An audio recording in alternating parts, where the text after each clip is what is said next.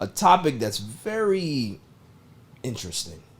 It's the Coaches Project. USA Today put out a very detailed, in-depth article about, minority coaches and the lack of getting hired, right? Yeah, the lack of success of them not being hired. Now, granted, the NFL had a spike, I believe it was last season, in regards to how many minority coaches have gotten hired in regards to being coordinators, executive. But we're talking about the seat.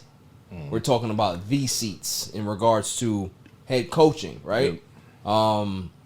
There's been a lot of coordinators in regards to DCs and OCs. You got Eric Bieniemy that's still out there, right? Yeah.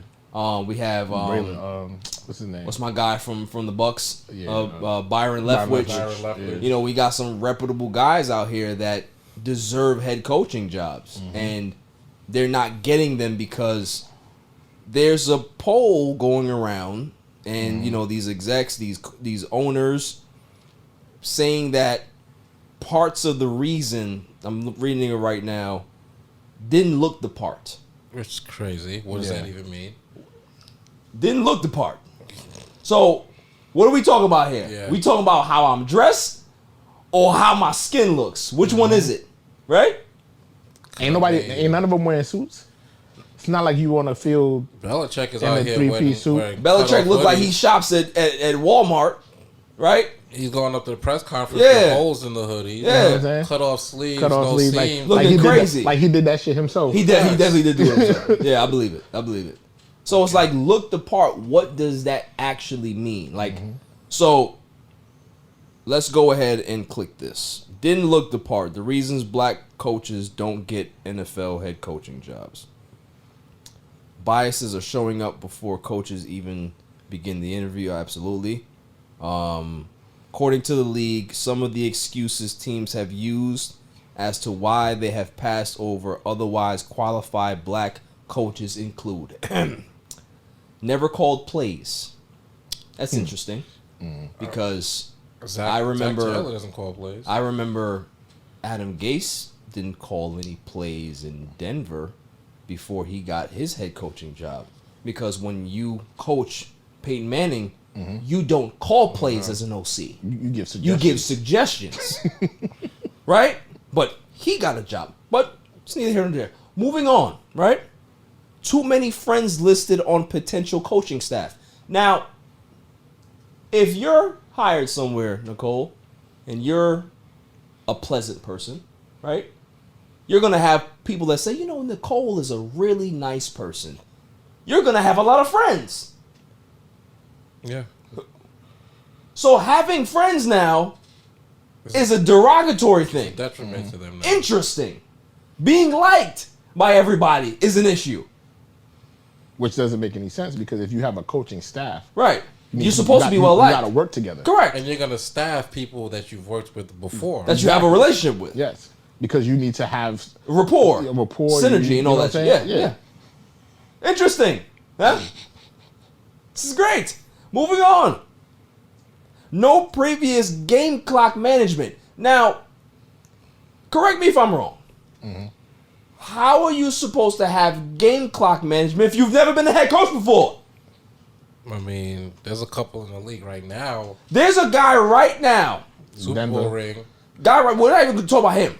Let's talk about the guy that has the head coaching job right now. Nathaniel Hackett is a head coach for the Denver Broncos.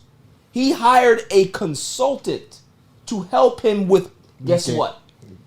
Time management. Clock management. Game clock management. Yep. I think Denver might have the most delay of games. Yes.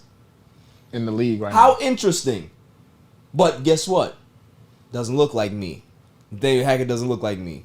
He looks the part for the job. He looks like Jimmy, handsome man here, right? That's the thing. Like, so without saying it, they're saying it, right? Next one. Unaware of their ability to motivate veteran players. Which is again. I'm paying now $10 million a year to play football, but I gotta motivate. I'm an OC. I'm a DC. Exactly what you said. Your job is to do this. That's your job. Yeah. Like we have I remember the situation in Houston where Bill O'Brien demoted Romeo Crennel from DC to, I don't know if it was D-backs coach or something like line coach, promoted Mike Vrabel to DC. And the very next year, you know what happened with Mike Vrabel? He got the head coaching job in Tennessee. And then Bill O'Brien did what? He elevated Romeo Crennel back to DC. So you see how that happens? We can't hire a specialist coach. I need to promote him to DC, a coordinator, so his resume looks better. Right. But the guy who's already there, oh, no. Can't get him a job. Yeah. Yo, this shit's crazy. But it's for this one and last one, Mike McCarthy, because I don't see him leading anybody. There you go. I watch Hard Knocks. I've seen him all for nothing. And then clock management, Mike McCarthy. Gets better. But even before you go, it's the same thing like how they used to do in job interviews. Right. Oh, you don't have the experience to do this job. But if nobody's going to hire me, how am I ever going to get the experience? Exactly. I went to school for this. I got a degree for this, whatever. But if you won't hire me and give me the experience, how am I going to get it? Exactly. How can I get the chance to prove that if you don't hire me? Even their wording is funny because they said they don't know if you have the ability. Right. So they're making a snap judgment without even giving you a chance. Correct. Oh my God, and what do they normally make snap judgments on? Yeah, on how you look. How you look, familiarity. Right? How you look. Next one. This one's good. Didn't interview well. That's the number one. That's always the number one. Because in the NFL, Jimmy, if you don't know, there's a thing called the Rooney Rule. The Rooney Rule forces every NFL organization that you have to interview at least one minority head coach for candidate. Now, for these good old boys that I call them, you know, these old white men that come from a different way of thinking, you're forcing them to do something that they don't want to do. So what ends up happening is that they're going to fill the protocol, but they're not going to hire that guy. I never forget that when... What the hell was that? Was that your phone? I don't know what you're talking about. Dummy, yeah. Yo. Dummy, yeah. No idea what you're talking about. So... Yo, I ain't even flinch. I don't even know what that was. Right? That was crazy. What kind of sound is that? It's Twitter. That's why. So, some bird tweeting or something. I don't know what that was. So I remember before Mike McCarthy got hired, right? Jerry Jones interviewed Marvin Lewis. Mm-hmm. Now, put yourself in that person's shoes. I'm putting on my good suit. I got my playbook here. I got all the offensive schemes and all the stuff that I'm going to run and tell you how I'm going to be able to get Dak Prescott to get to the next level and how the defense is going to look under me and who I'm going to hire and all these things. You got to spend time putting this shit together. Mm-hmm. But you know you're not getting this fucking job. You know that the only reason why this man is sitting with me here is to fill a fucking quota. Yep. And the guy he lost the job to, again, is 3 times the charm, same coach, McCarthy, won the job off a drinking contest. Yeah. Marvin Lewis doesn't drink. Won the job of spending the night with Jerry and eating nachos.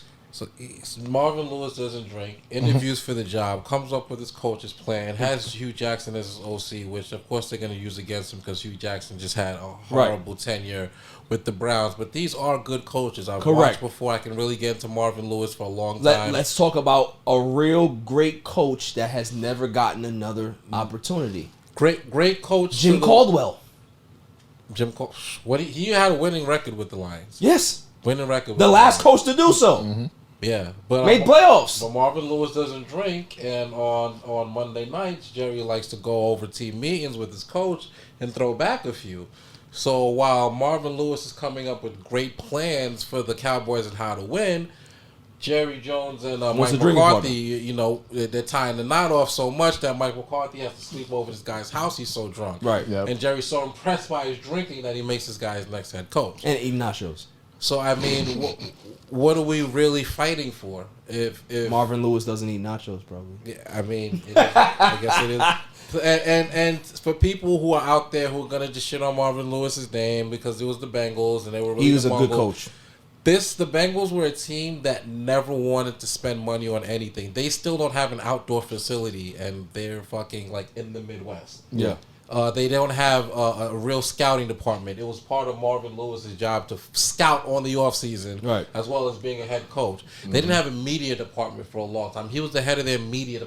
Like, he wore 5 different hats that a coach shouldn't have to wear because the owner wouldn't spend any money. And year after year, they were a decent enough team. It was Andy Dalton. What are you going to do? But for years, they had one of the best defense, and my favorite defenses growing up watching football. This was a decent team that won a couple playoff games. Yep.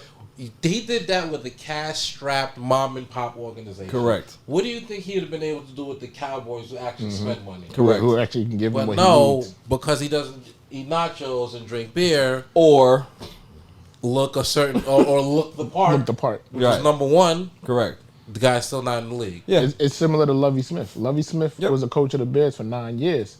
Got to the Super Bowl. Got the Super Bowl. I think his last season, he was like 10-6 or something like that, and they fired him. Mm-hmm. Now they've had 4 coaches since he's been there. None of them has been there half as long as he Correct. has. And they haven't had any success. Nope. And I don't even mean to say they need to keep Lovie Smith because I remember that era and it was his time to go. But for that tenure and the success that you did have in those 9 years, to not get another job until the organization's in shambles and they're just picking you out of a hat because you're already on the staff. I mean, think about it. That's disrespectful. Think about it. Since Jim Caldwell left, they hired Matt Patricia. How did that go? Yeah. Where's Matt Patricia now? Right back where he started, right? Look at Adam Gase. Yeah. He was terrible at his job. Yeah. And then fell right into another head coaching job. Right. Look at Matt Rule, who continuously skates under the table. He was bad at Baylor. And he's bad now. Got one of the biggest contracts for a coach ever at 5 years, $70 million guaranteed. It hasn't had a winning season. Right. Hasn't drafted a good-looking prospect. Like, got rid of Cam Newton when Cam Newton was still at the tail end of the career, but you could have did something with him. You did all of this and have nothing to show for it. Right. Yet 5 years guaranteed $70 million. Meanwhile, Anthony Lynn and what was the coach of the Houston Texans 2 years ago? Just getting the legs cut out from underneath them. 2-year contracts, getting kicked out of 1 year. These guys have 5 years guaranteed. They can mess the team up. Irreparable damage. But then when you get another guy in there, he gets his leg. If he does get a good team and the team starts rolling, a la the Chargers and Anthony Lynn, he's out of there for somebody who looks the part. Correct. Because think about it. Look how bad Brandon Staley has been over the last year and change, right? The same issues that were going on when Anthony Lynn was there, it's the same issues that are going on now, but you don't hear about it. You don't hear about it.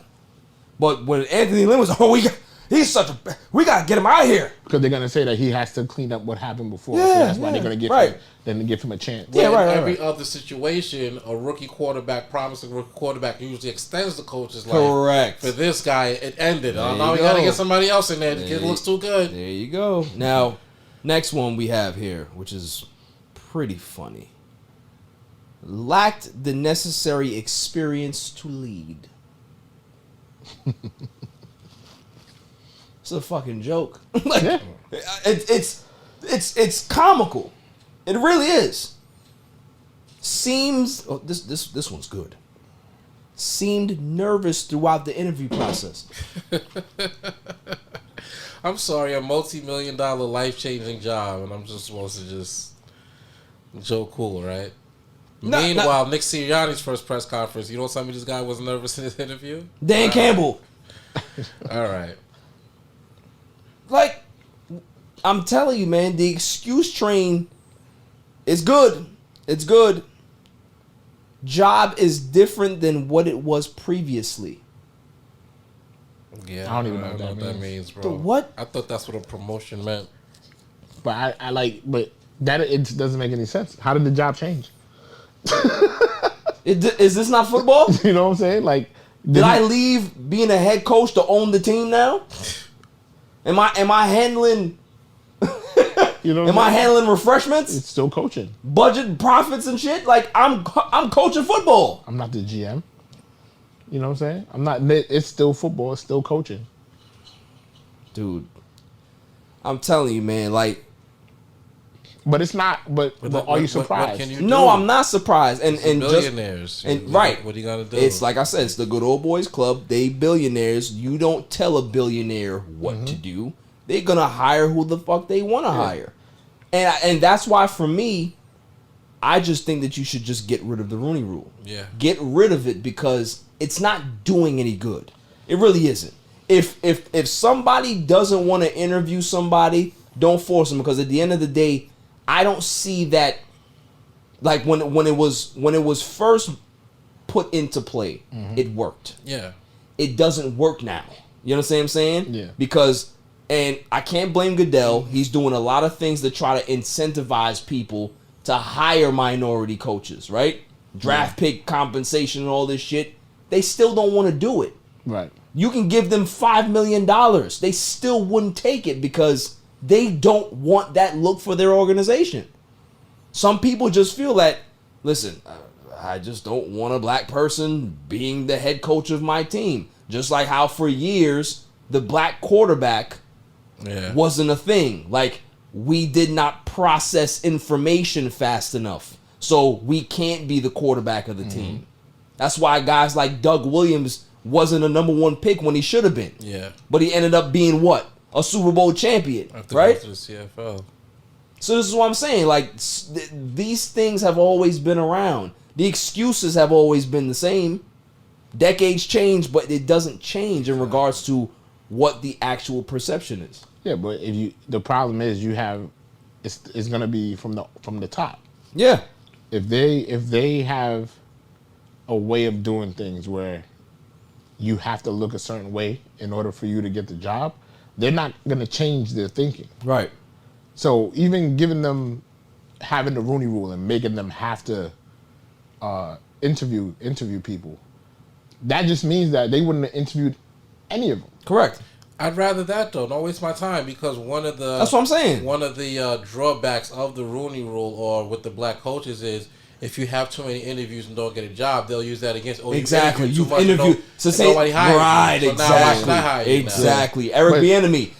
That's all. We've always heard he doesn't interview well. He's been on too many interviews. Nobody wants to fucking hire him. But either way, you damn if you do, damn if you don't, because you're not even gonna get an interview now. Well, listen. For me, I always said, if I'm a black coordinator or on the staff wherever I'm at, I am not looking to be a head coach in the NFL. I'm not doing it. I'm going to college. There's money there. Yeah. I can be the face of a college program being the head coach here. I can make big money. I can have a great living. I can build a great program. And then when I do that, they have no choice but to give me my money if they want me in the NFL. My price is double now. You understand what I'm saying? Yeah. That's how I think all the black coaches should do it. Don't listen. I understand that it's your dream to be a head coach in the NFL, but if there's an opportunity to go to college, just look what Deion Sanders did. Yeah. Deion Sanders has always wanted to coach. You think any team in the NFL was going to give him a shot? No. Even his own Dallas Cowboys? Exactly. You think that he was going to get a shot? No. But he's now proving at Little Jackson State that he can be able to build that program. And guess what? I can guarantee in another 2 years, some NFL team is going to call Deion Sanders. And he's going to probably tell him, "No, I'm good. Yeah, I'm okay. You should have gave me the chance when I was knocking at your door trying to get in here. Yeah. Because I really wanted to be in the NFL. I don't care now. You know what I'm saying? So there's opportunities to spread your wings as a coach elsewhere. The XFL is coming. Go there. I think being, with Dwayne Johnson being the owner of the XFL, I can guarantee he is going to platform minority coaches more than the NFL will. And if that's something that is possible, if that's something that's going to be a thing in the XFL, then let it be. Yeah. You know what I'm saying? There's more opportunities out there for people. NFL ain't it's the biggest game, yes, but there's opportunity to be able to have an impact elsewhere. But also the owners that would be coming into the XFL are different. Are going to be more progressive. Correct. Yeah. Absolutely. It's not going to be the same owners that have had these teams for years and I agree. You know what I'm saying, have a certain way of thinking.